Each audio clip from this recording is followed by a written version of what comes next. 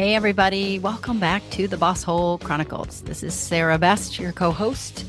And have you ever just coveted or craved a manager or a boss or a leader just apologizing for something they did that you know and everybody else knows they did that was a mistake or that they did wrong? Today, we're going to unpack some of the reasons why managers and bosses and leaders don't or can't apologize, and try to make some sense of the power of vulnerability in building cohesion on a team, getting better results. It's a good conversation. It's a rich conversation I'm going to have with Karen Schulman on our team. I think you're going to love it. So let's dig in. The Boss Hole Chronicles are brought to you by Real Good Ventures, a talent optimization firm helping organizations diagnose their most critical people and execution issues with world-class analytics. Make sure to check out all the resources in the show notes and be sure to follow us and share your feedback. Enjoy today's episode. Hey, Karen. It's been a while. How are you? I am great. How are you doing, Sara? It has been a while. Yeah, I feel really excited to have the opportunity to join with you on what I think is a really important topic. One we haven't really ventured into much on the Boss Hole Chronicles, but I think you're the right person to have this conversation with, and I'm excited for our listeners to more deeply understand the relationship that a manager needs to have with vulnerability. There's all this lingo and all these activities and practices to build trust. But at the end of the day, if somebody who's a manager isn't able to be vulnerable and say, I'm sorry, I did a really dumb thing, or I had a tone of voice with you yesterday, or I was jealous and I kind of held you back. I mean, if they're not willing to be vulnerable, there's not a whole lot of trust or safety that can be established. Absolutely agree. I'm excited because we have kind of a couple of different personas to maybe unpack. But I also want to give credit to Uni Turtini, who actually has been a guest on our podcast before. She is a speaker, author, blogger. She is very laser focused on people finding their purpose and finding their life. So I give credit to Uni for the impetus behind this podcast. Let's just start. We said the shame word, the S word. We said the vulnerability word. I just want to let Brene Brown give us a little definition for shame, because she's a shame researcher and an expert. She's a guru. She says that shame is the intensely painful feeling or experience of believing we are flawed and therefore unworthy of acceptance and belonging. So I'm just going to say that one more time. It's the intensely painful feeling or experience of believing we are flawed and therefore unworthy of acceptance and belonging. And I mean, what I understand and what I experience myself is that it's always there in the background. I mean, shame is not about what we did. It's kind of about who we are. And if we as individuals or caretakers for other people or managers or leaders haven't maybe taken a look at that, maybe this conversation today is an encouragement to say, hey, what would happen if you dipped your toe in the pool of shame that we're all really as humans a part of? What she says about shame is that it's universal. It's really an experience of all of us. It grows in silence. So the funny thing about shame is it's like the darkness, and we just let it be the darkness. And to overcome shame, we have to practice vulnerability. Like saying, I'm sorry. Vulnerability. So we want to kind of focus on that, Karen, don't we? We do. Yeah. And I think to carry a Brene Brown theme forward, Yeah. that vulnerability, while most people feel that vulnerability means I'm weak, Yes. she describes it as the intersection of courage and fear, I believe. Yeah. Yeah, and if you think about it, when you are making yourself vulnerable, you have to be courageous to do that, but you are probably shaking in your boots with fear at the same time. Yeah, and could we just appreciate that that's a universal experience? That's not unique to you or me. She defines vulnerability as emotional risk and uncertainty. And you're right. She says you cannot get to courage without rumbling with vulnerability. We're going to rumble a little bit. And That we are. yeah, yeah, yeah. In the spirit of vulnerability, we're going to borrow from Uni's description of their different types of managers or bosses, and we'll say people. And we're just going to spend a little bit of time on each one. I think there are 3 today that if the goal is to build trust and safety in a relationship or on a team, recognizing who you might be at times, one of these personas could be helpful in determining what you might want to shift or change. So, Karen, tell us about the first one, the first kind Yeah, of manager. the first kind of manager, first kind of boss is what Uni refers to as the armored manager. Mm, And we kind of feel that an armored manager is one that theoretically wears a coat of armor. They don't want anybody to get too close because they want to appear strong and unflappable versus vulnerable, or maybe in their minds weak. And I would say that these are the folks that, because they're putting on a persona, because they kind of live the way that they do when they're managing people, they yeah. might be more comfortable in the superficial.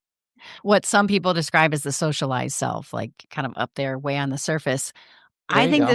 this is really important. And of course, if any of you are Brene Brown followers, you would appreciate and know that she has trained people all over the world, and her books help us understand what is meant by armor and what kinds of armor we put on. I just wanted to share a few examples. Numbing is an armor, distraction, food, alcohol, social media, busyness, binge watching, whatever it might be. I love this one, foreboding joy. This is the act of dress rehearsing tragedy, anticipating and preparing for the worst, like it's just going to be so bad. There are moments of genuine joy or happiness to protect oneself from potential disappointment. So that one is worth a little unpacking, which we won't do today. Shame and blame. Instead of fostering responsibility and empathy, we focus on shame and blame others to really avoid difficult emotions. Hello. I kind of know that one a little bit. Being a knower, not a learner. Oh yeah, I got that. Yeah, I read that book. Yeah, that's good stuff. Getting things right. It just corrodes trust and growth. Like it puts a stop to, oh, well, you already know this, so I can't share anything new with you. And then the other one she talks about is tapping out of hard conversations. And that makes so much sense, doesn't it? Like, And it yes. does. And especially in the context of an armored manager, an armored boss not being able to apologize, because Yeah. that's a difficult thing to do. It's a difficult conversation, right? It absolutely is. If apologizing, is a threat to the worth and it's easier to just blame or argue or disconnect, what is the cost to the armored manager? Yeah, I think the armored manager is somebody who doesn't really feel true intimacy or true connection Mm, with other people. Because if you think about it, people stop sharing honestly because there's no trust. They don't mhm, trust that that boss, that manager, can handle the truth. mhm. The I'm the gonna connection isn't there. the connection isn't there. If I think about, we've had on our podcast Joyce Chen, who's a managing partner for the Conscious Leadership Group. The book that we love to follow and utilize in our work is the 15 Commitments of Conscious Leadership by Jim Dethmer and Dinah Chapman. But in that work, what they say there is you drift from presence. All the armor is just a way to not be present in the moment with what's here now. And I you have new appreciation and understanding for how that's the way we survive. That's the way we make it through the day. There's a lot going on, and it makes a lot of sense. It does. Mhm. So can the armored manager change?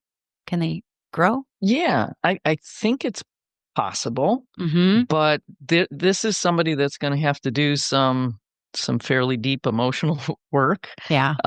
They might have to let go of those. long-held defenses, Yeah. and they have to really understand there is value in vulnerability.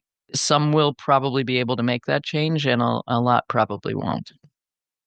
I had an experience recently where after moments of vulnerability, members in a group were able to ask others, do you feel more separate from me as a result of what I just shared, or do you feel closer to me? And to a person, the hands are like, I feel closer. I feel much more connected. I trust you more because I know you now. I know more about you. So there's a risk, but there is also an incredible payoff. To be vulnerable makes you more human, and that's Yeah. what people connect to, Yeah. the common humanity. Yes, absolutely. All right. What's the next kind of manager you want to Yeah. talk about today? Yeah. So the next kind of manager that has a tough time apologizing would be the disconnected manager. And that's a manager that is separate. They're detached. These are the folks that might appear aloof, disinterested, distant, unfriendly. They might even be on the cool or cold side. That might be how they come across. And, you know, maybe this is somebody that puts up a very strong facade that Mhm. oftentimes is impenetrable. Yeah. So, Well, and I'm always like, okay, so what's behind that? And what you shared about, disconnection from emotion, I know firsthand that it's so easy to build a life really and a set of behaviors and practices around not feeling your emotions. Having taught about and trained and conducted assessments on emotional intelligence for the last 25 years, I am here to say I'm just now really appreciating and starting to understand and experience true emotion. And it's not that complex. It's risky, it's scary. But yeah, we could just ask our listeners to maybe pause for a minute and just wherever they are on a walk in their car, don't close your eyes if you're driving, or sitting at your desk or wherever you might be listening, to just check in and notice what's here now. Like, what is the emotion? The conscious leadership group says, anger, fear, sadness, joy, or what they call sexual feelings or creative energy.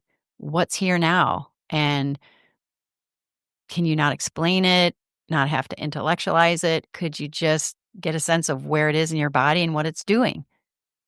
I think that's powerful. So the disconnected leader has, that facade. So what's the cost? well, and I would say, I Mm. think the disconnected leader feels some emotion, Hmm. and recognizes some emotion, and what comes out is irritation or maybe even blame. Mm.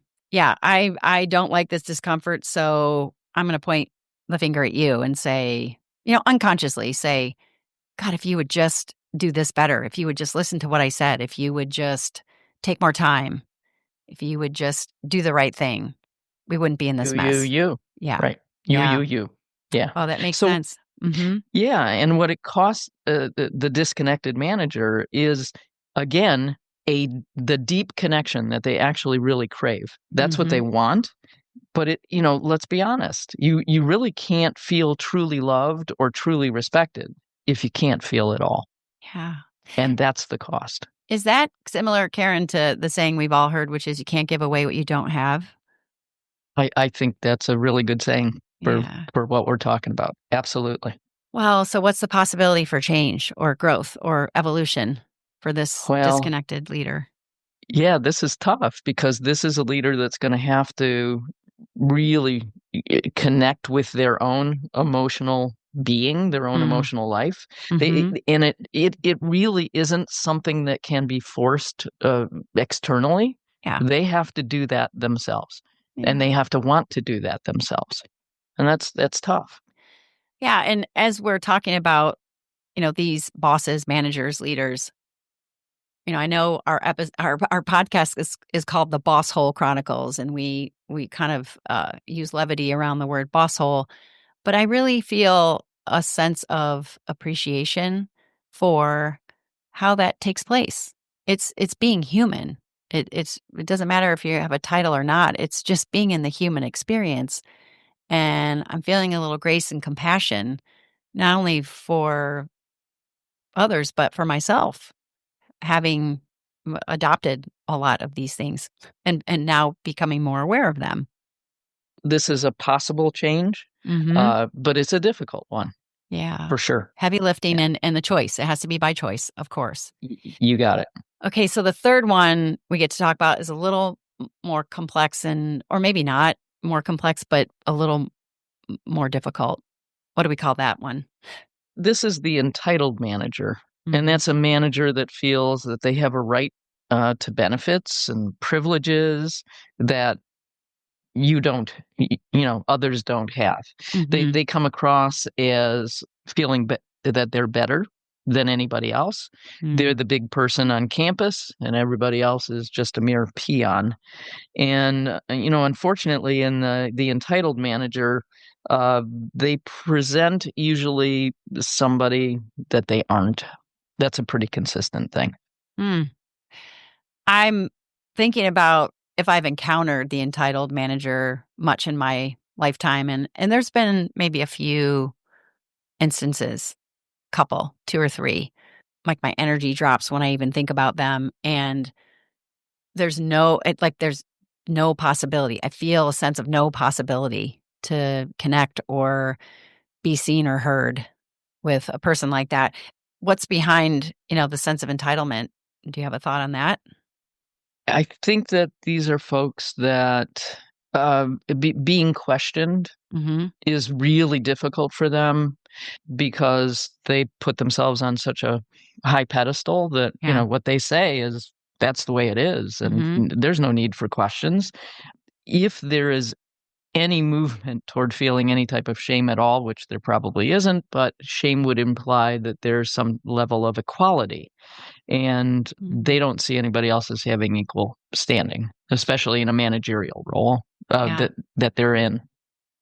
And I'm guessing that's a huge blind spot. Like, there's an unawareness of that vibe, that dominates all that.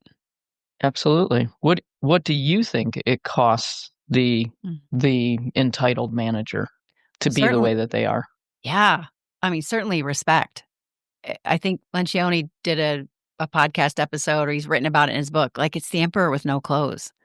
It's so evident, at least in my experience, it's so evident that this is a person who just only sees things one way, and it's so sometimes twisted and absurd that I can't help but feel some pity and sadness for them, because they do not see that they're standing up there being high and mighty, but they don't have any clothes on. Like, we see all that. That's what I think about. So respect and probably ultimately control. I mean, people are going to stop coming along. They're going to move in a different direction, whether they're conscious of it or not. So I think that it's a fleeting kind of influence. It may have influence initially out of fear, but then I think people wise up to that.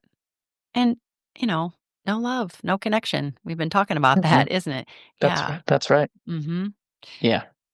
Well, so can these people change or grow? Uh, uh, I suppose it's possible, but of the three that we've talked about, the Mm. possibility for this one is a lot lower. Yeah. This is, the other ones, were more of skill based problems. Yeah. This one is more.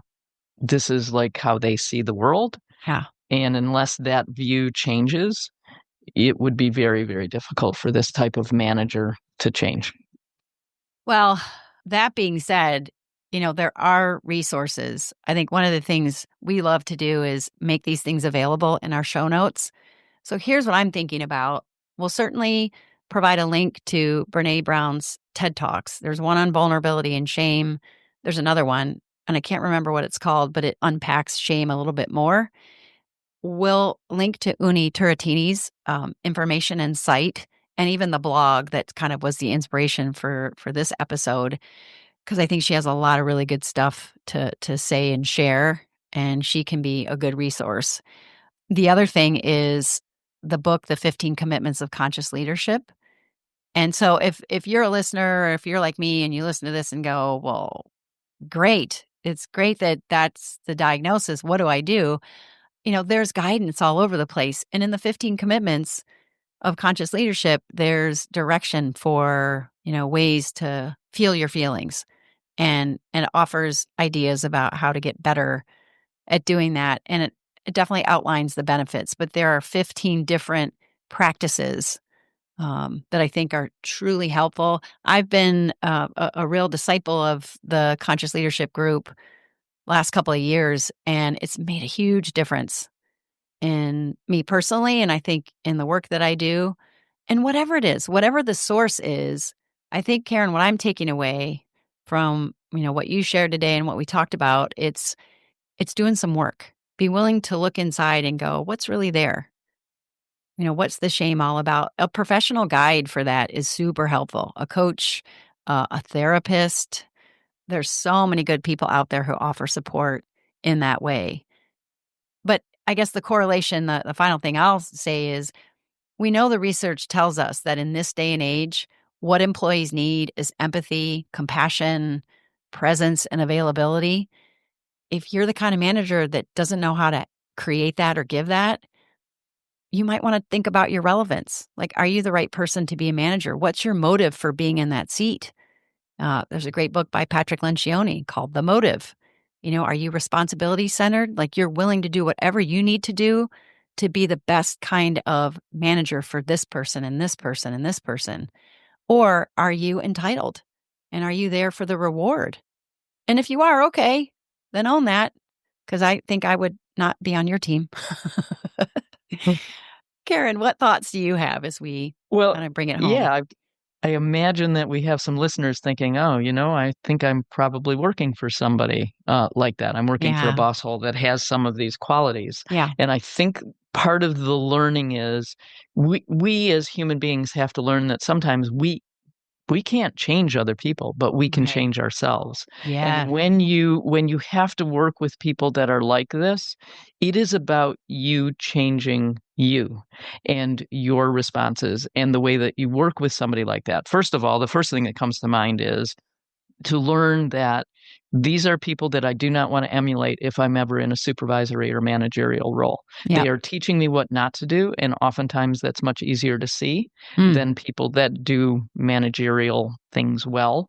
Nice. The second thing is, I think you said it earlier, Sarah, that these are opportunities for you to practice compassion and grace with people that are like this. Because if you understand some of the rationale or some of the things that they're going through or where they're coming from, I think it is for you to practice compassion and grace for other people and also for yourself, your own reactions to working with somebody like that. Yeah.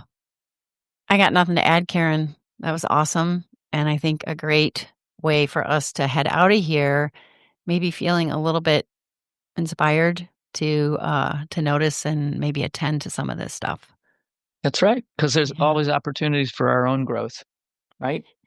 100%. Well, and I'm okay. So I do have one more thing to say. I don't know if it was from AA or it's written about in almost every thing that I've come to understand, that it's like a spiritual axiom that when something about someone else disturbs you, the disturbance is in here. It's inside me. And they are, in fact, a mirror. What we are unwilling and unable to accept in ourselves is that which we are have aversion to in another. So that's something to pay a little bit of attention to also. Yeah, I like that. That's very true, Sarah. Very good. Well, Karen, we need to do this again. It's so great to have this conversation with you and to get to connect in this way. So thank you. Oh, thank you. Pleasure. As always. Well, awesome. And to our friends out there in the Boss Hole Transformation Nation, see you next time. Thanks very much for checking out this episode of the Boss Hole Chronicles. It was so good to have you here.